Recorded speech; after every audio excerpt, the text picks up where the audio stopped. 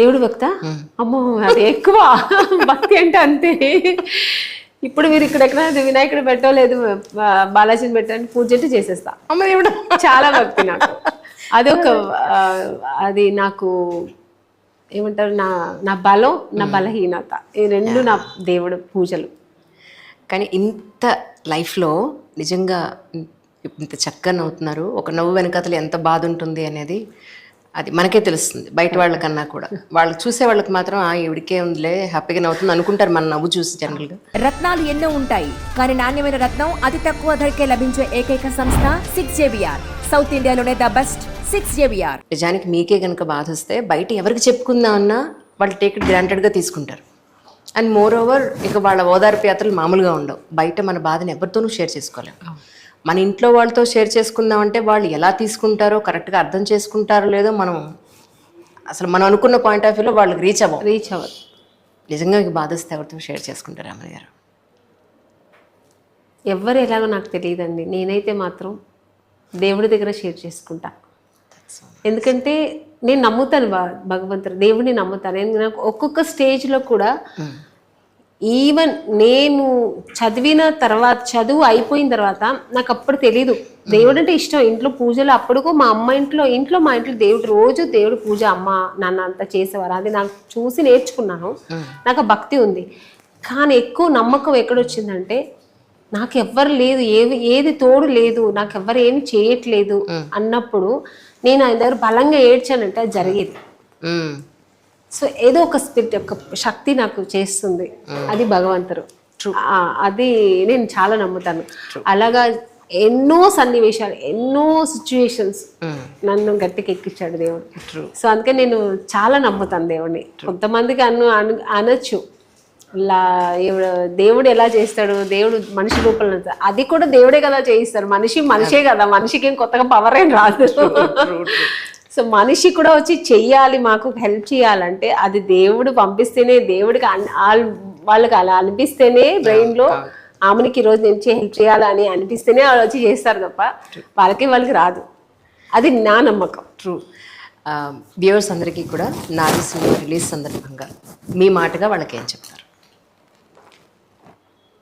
ఈ సినిమా తప్పకుండా అందరూ చూడాల్సిన సినిమా ఇది. ఎస్పెషల్లీ మగవాళ్ళు ఎందుకు చూడాలంటే మనం ఇంకా తప్పులు ఏమి చేయకూడదు. ఏం తప్పులు చేస్తారో దాన్ని సరిదిద్దుకోవాలి. ఇంక మీద ఏమీ తప్పులు చేయకూడదు అనేది చూడాలి.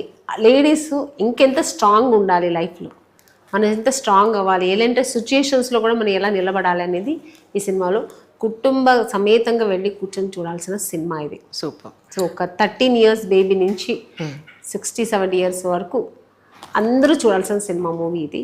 సో కమర్షియల్లో అంటే ఏదో ఒకే 4 ఫైట్లు 2 పాటలు కాకుండా దీంట్లో అన్ని కథ ప్రకారంగా అన్నీ ఉంటాయి. లవ్ ఉంది, ఎమోషన్స్ ఉన్నాయి, మనకు లైఫ్ రియాలిటీకి సంబంధించిన ఒక మంచి సన్నివేశాలు ఉన్నాయి. సో ఈ సినిమా చూడాలి, చూసి ఓన్ చేసుకొని వాళ్ళు ఇంకా ఇది మెసేజ్ అది అనుకుంటే మెసేజ్, లేదు సినిమా అని చూస్తే సినిమా లాగా చూడొచ్చు. కానీ దీంట్లో మంచి ఎక్కువ తీసుకోవచ్చు. బేసిక్గా ఆమని గారి సినిమాలు అంటేనే సకుటుంబ సపరివార సమేతంగా చూసే సినిమాలే ఇప్పటి వరకు. అన్ని ఎవ్రీథింగ్ ఫ్రమ్ ద బిగినింగ్ నుంచి కూడా అంత హోమ్లీగా ఉంటాయి ప్రతి సినిమా కూడా. ఈ రోజు బాపు అనే సినిమా రిలీజ్ అయింది, అది కూడా అలాగే ఉంటుంది. అన్ని అది కూడా కుటుంబ సమేతంగా వెళ్ళి కూర్చొని చూడాల్సిన మూవీ. కరెక్ట్. సో ఈ నారి కూడా అంతే. ట్రూ.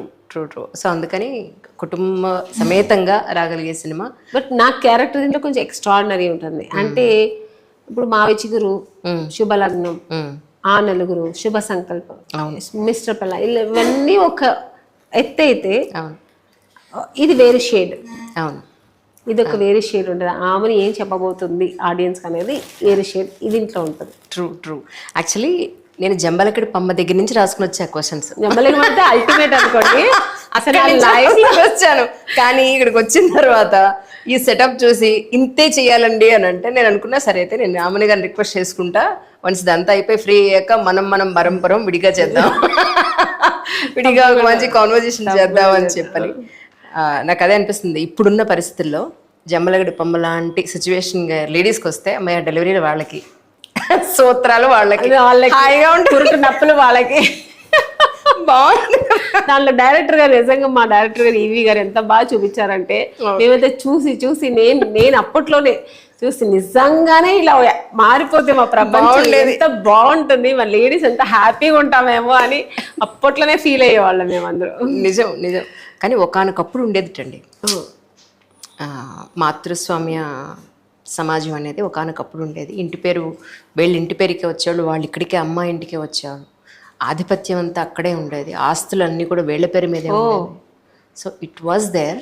కానీ కాలక్రమేణా వధు దక్షిణ అంటే డైరెక్టర్ మన ఈవి గారికి ఆయనకి ఎలా వచ్చిందో థాట్ కానీ అల్టిమేట్ అసలు. ఇంకా ఇప్పటికీ యూట్యూబ్లో కొన్ని రీల్స్ షార్ట్స్ వస్తే బ్రహ్మానందం గారు వైట్ కలర్ క్లాత్ లా కప్పుకుని ఆయన అయితే సరే ఆర్టిస్టులు కూడా అలాగే అండి, ఎంత బాగా చేసి అప్పట్లో అందరూ బ్రహ్మానందం గారు, తర్వాత నరేష్ గారు, కోటా శ్రీనివాసరావు గారు, డబ్బింగ్ జానకి గారు, అందరూ శ్రీలక్ష్మి గారు బాగుందా జీవించేశారు ఆ స్క్రీన్స్ లో అంతా. నేనైతే కొత్త అవును, కానీ వాళ్ళ మధ్యలో కొత్త ఎక్కడుంది అసలు మీకు? అబ్సల్యూట్లీ అంత ఎంజాయ్ చేస్తూ చేశారు, ఎంజాయ్ చేసి చేసామండి. అబ్సల్యూట్లీ. ఇప్పుడు మీరు నాకు ప్రామిస్ చేయాలన్నమాట, నెక్స్ట్ ఇంటర్వ్యూలో మనం జంబలగడ పంప దగ్గర నుంచి ఇప్పటి వరకు బోల్డ్ అన్ని విషయాలు మాట్లాడుకుందాం. కంపల్సరీ అండి, 100% చేద్దాం. Thank you so much once again Amani garu. ఇప్పుడు మన నారీ కోసం చేసాం కదా, నెక్స్ట్ మన పర్సనల్ చేద్దాం. True. Thank you so much once again అండి. Thank you.